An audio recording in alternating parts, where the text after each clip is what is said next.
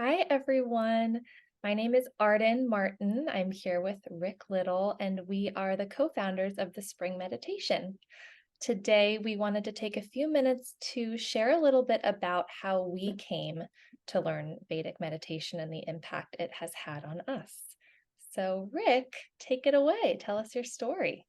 Thanks so much, Arden. So this coming November will be, I think, my 13-year anniversary of meditation. So I learned in November of 2010, I'm pretty sure is the date.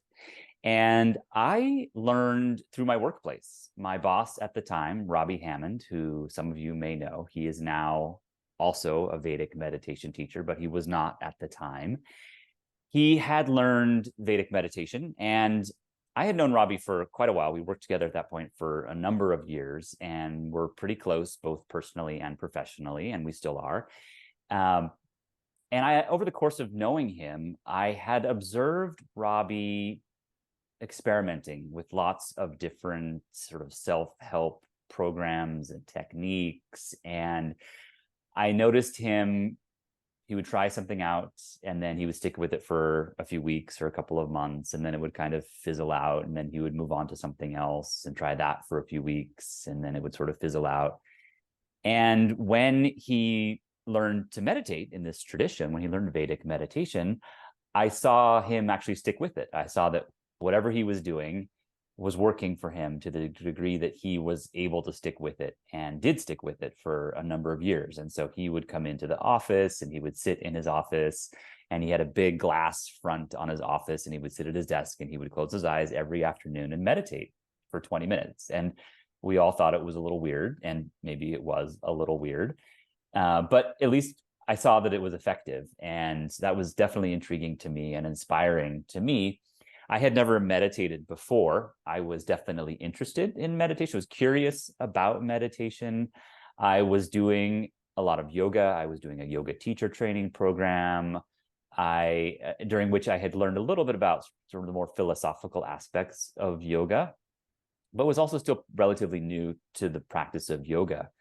But I was certainly curious about yoga, curious about Eastern philosophies and spiritual practices. And so Robbie made it possible that the organization where I was working would help subsidize some of the course fee to learn if anybody on staff at that organization wanted to learn to meditate.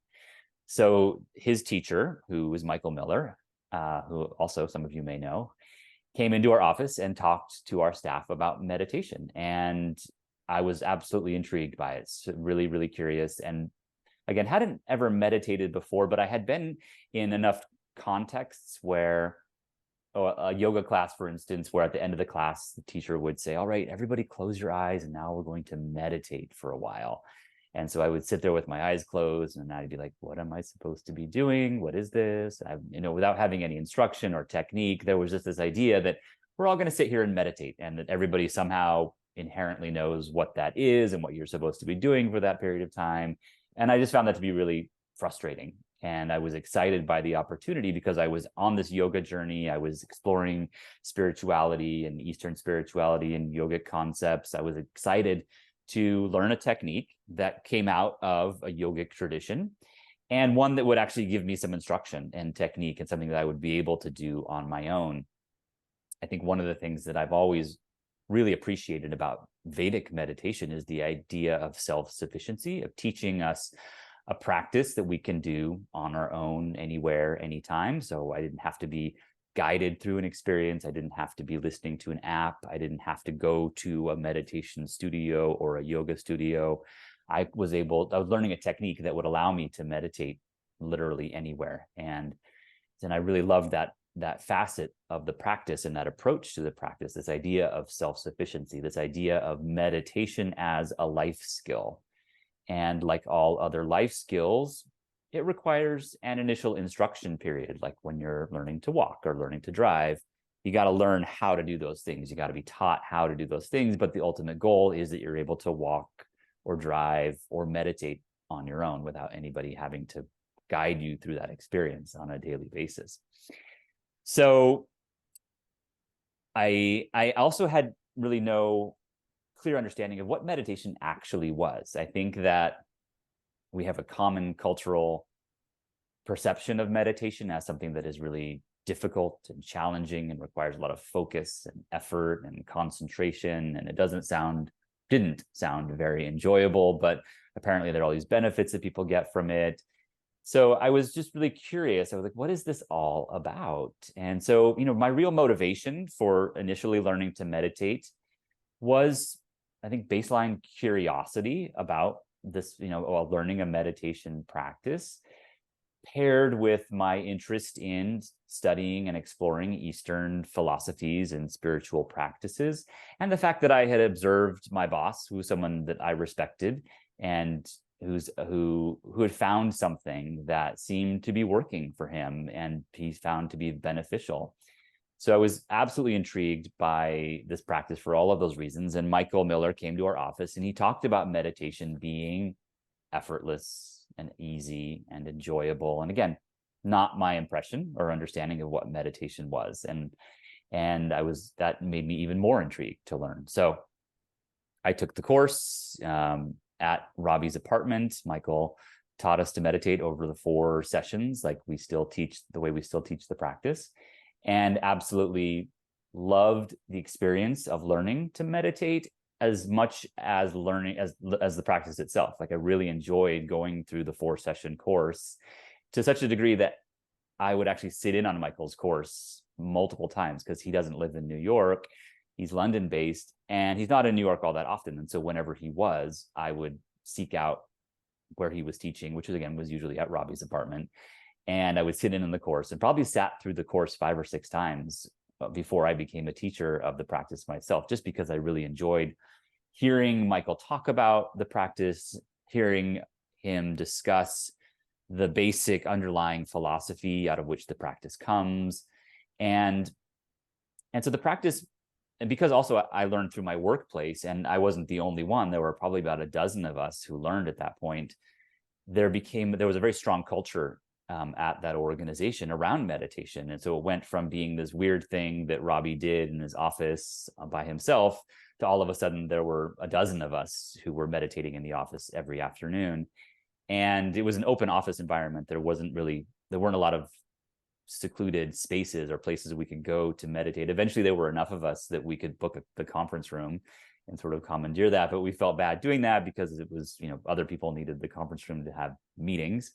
So oftentimes there would be 8 or 9 or 10 of us crammed into the office supply closet. Some people sitting on the floor, some people sitting on, like, perching on the shelf or the counter. We would all just cram in there like sardines and meditate every afternoon. And I think that was also really instrumental in helping me build a solid meditation practice, because I was in an environment where meditation was supported and encouraged, and I wasn't the only one doing it. And there was a bit of just having some accountability, having other people around who would initiate the meditation. And every afternoon, someone would walk around the office at 3 or 4 o'clock and say, "Who wants to meditate? Who wants to meditate?" And that was just became part of the organizational culture.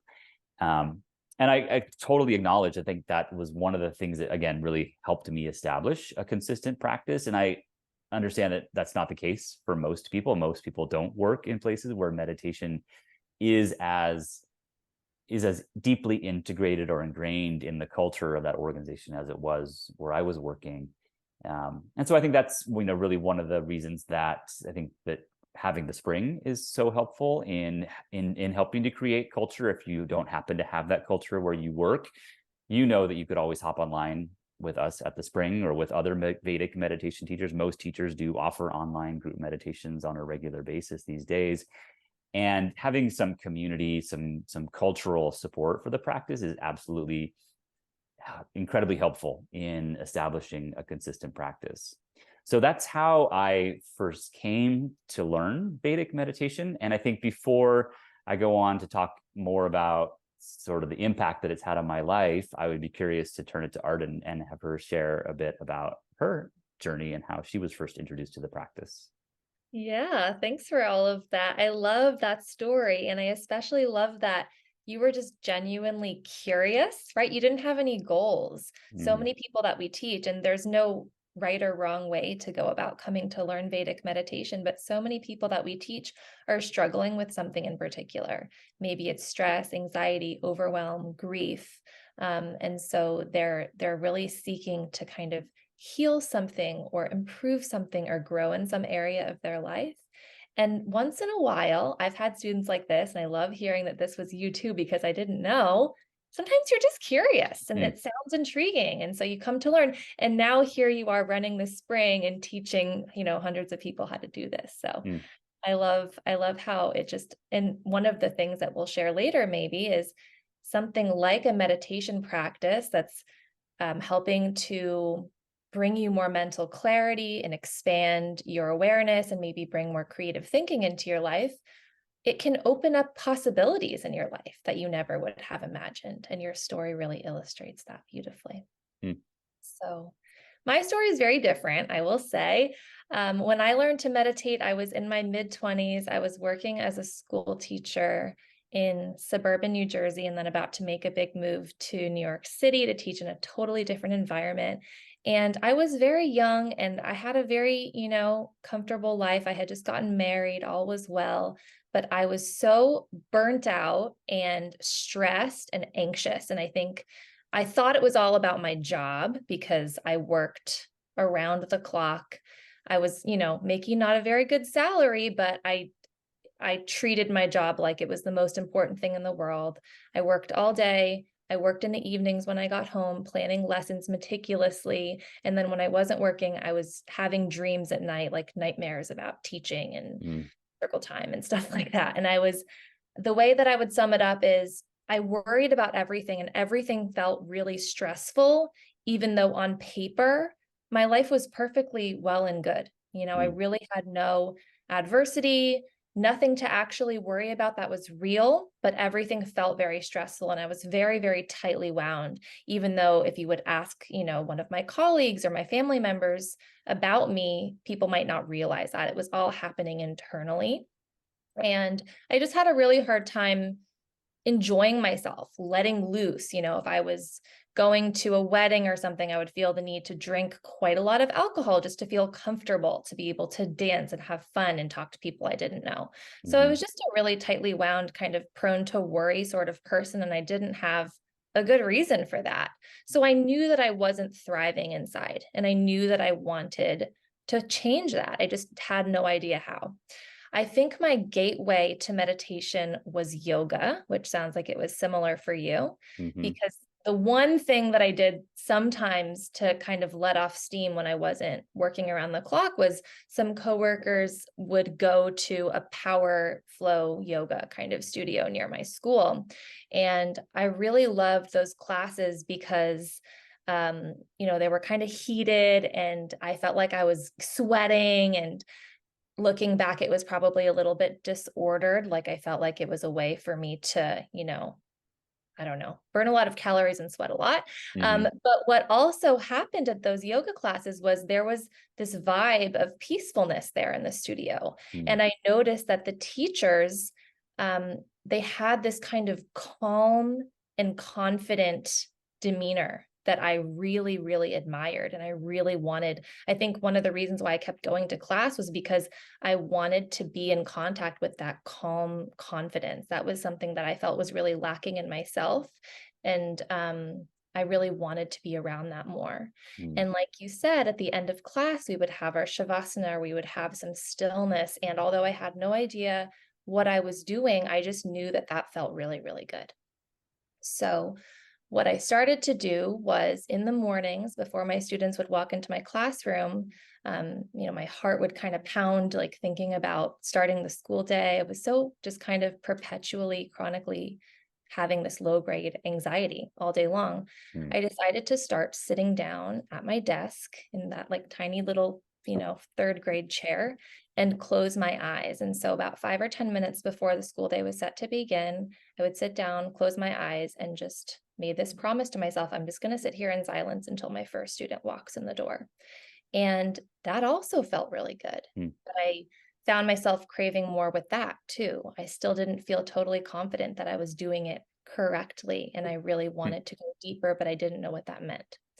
Then when we moved into the city, I immediately started looking for meditation because I knew that there was more yoga, more meditation, more access to these things in the city. So I just got really lucky. I stumbled upon a course in Vedic meditation, and that was my first exposure. And when I heard the teacher, Emily, talking about how this practice could be deeply restful, and how you didn't have to sit and focus and concentrate and control your mind in order to meditate, it was kind of revolutionary for me because I assumed that I was supposed to be doing something to control my mind. Mm, And when I learned that it could be simple and easy and my body could actually rest while I was doing it, it just felt like exactly what I needed to mhm, balance out all of those things that I described before. And I just kind of knew, and it was, for me, it was more than the curiosity you described. For me, it was like this deep, strong feeling and this knowing like, I really need this in my life. And mhm, I don't care how much it costs, I'm just going to take this course. mhm, And it did not disappoint. I remember from the first time that we meditated on that first day of the course, I felt this deep inner silence that was really profound, and it didn't last very long, right? It's fleeting, but I didn't know that I could experience that silence within myself. And mhm, what I started to find from there, because I quickly became, I guess, addicted to the practice in a healthy way. I craved it. I had no problem fitting it into my life because I knew that it was exactly what I needed to kind of shift all of these imbalances that I was aware of. What I started to notice was my relationship with anxiety completely changed. mm, I still felt stressed, but I could kind of witness myself being stressed. And every time I sat down to meditate, it was like wiping the slate clean and returning to that deep inner silence. And mhm, that allowed me to be able to navigate all of that stress in a totally different way. I also started to notice myself feeling what I so admired in those yoga teachers, that calmness mixed with this sense of kind of quiet confidence. I started to find myself feeling that way when I was actually showing up and teaching the kids in my class. I just felt so much more stability inside myself that totally changed how I showed up in the world, how I expressed myself, and how I felt inside. And the internal shift was really profound, and it's still kind of unfolding today. mm. Um, do you want to share a little bit about how you've transformed since learning to meditate? Absolutely. But I also want to circle back to something that you said a minute ago, because yoga was absolutely my initial entry point into meditation, as it sounds like it was for you. Um, and what I experienced, so I was really loving yoga at the time. I was again doing a teacher training program, was going to multiple classes a week, and had that same experience, which I think many people do have, of you spend an hour, 90 minutes on the mat and you're all sweaty and you're like doing all this like really intense physical stuff. And then you lie down on your back at the end for 7 or 10 minutes in Shavasana. And there is this like clarity, this peace that just settles over the mind and body, which I used to think was a result of having spent the preceding hour or 90 minutes doing all of this stuff, which it is. There's absolutely a relationship between what you've just done and that state of consciousness that you begin to experience in Shavasana after doing a meditation or a yoga class. And one of the first things I noticed after I learned this practice, is I was having that Shavasana experience twice a day. Every time I meditated, I was having that experience without having to go to a studio, without having to do an hour's worth of hot, sweaty yoga, which again, love the physical practice. I love moving my body in that way. So I'm not at all diminishing the physical aspects of a yoga practice. But I found again, that state of consciousness that I was experiencing in Shavasana, I was experiencing that every morning for 20 minutes and every afternoon for 20 minutes. And I was like, oh, well, I guess triggering this state of consciousness is not dependent on me actually going through this series of yoga asanas. That's one way to achieve that state of consciousness. And that's really beneficial in a lot of different ways for the physiology to actually go through an asana class in that way. But I was finding that I could also have that state of consciousness, that experience, without needing to go through a yoga class, and simply by closing my eyes and picking up this mantra and following the basic instructions of our practice and allowing my mind and my body to settle into this deep state of rest. So I just found that to be interesting. That it sounds like a very similar experience that you were having that led you to it. And while it was absolutely curiosity for me that was maybe the primary motivator for me to learn, I was also curious about all of the benefits that people talked about from meditation, because we do talk about reduced anxiety, as you were reporting, or sleeping better at night, or having more creativity or more compassion, or just moving through the world from a different mindset, from a different perspective. And also observing, again, Robbie, who was my boss at the time, who's someone who I had a lot of respect for, pretty high achieving person. And you think about the behaviors of high achieving people, and it's like, how could I maybe be a little bit more high achieving, or how could I have greater access to creativity, or maybe have a little bit less anxiety? So I was absolutely curious about seeing what were the benefits of a meditation practice, and how could my experience of life be optimized and upgraded. There wasn't necessarily, I can't think of one specific thing that was something I was hoping that meditation would resolve, but more simply an approach of, I hear all this great stuff, and all these scientific studies validate all this great stuff that we hear about it, and not even to mention all the neurological stuff that's going on, and the increased gray matter that you have in your brain, and bihemispherical coherence, and all the like brain wave activity that is absolutely a real outcome of a meditation practice. I was super curious about all of that as well, and just wanted to see, like, if I adopt this practice, what's going to happen to my life? Like, how is my, like, in what way is my life going to change and upgrade? Mm-hmm. And I have and I think that my answer to that question, when I say it out loud, sounds pretty highfalutin or pretty like high level, in that I feel like what my greatest takeaway from having learned a meditation practice is that I feel like it has completely recontextualized and expanded my understanding of how the universe works and what my role in the universe is. And I feel like I have much greater clarity around how the world operates and how I operate in the world as a result of it. And I mean, that's not something that is like a very tactical thing. I definitely find that I do sleep better. I feel like I am a much more compassionate person. I've got more patience. I feel like I do actually have greater access to creativity and the creative impulse. And I also understand that the creative energy and leaning into creation and creativity, however we define that, and there's lots of different ways we can talk about creativity and how it manifests itself, that by understanding that force, that creative energy in the universe, I can actually tap into that and take better advantage of that, and try to live my life in a way that is creation dominant. Like, thinking about every aspect or element or activity that I engage in as an act of creativity.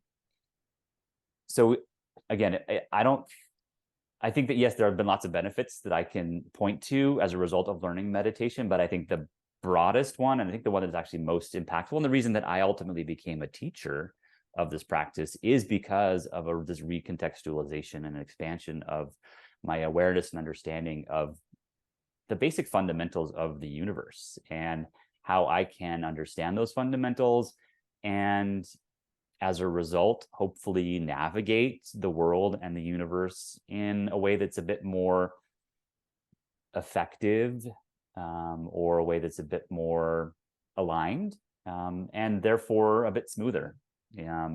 Absolutely, good things happen and bad things happen in my life, as with everyone's life. And I feel like my ability to understand those good things and bad things, and how to interact with them and navigate those things, has been enhanced incredibly.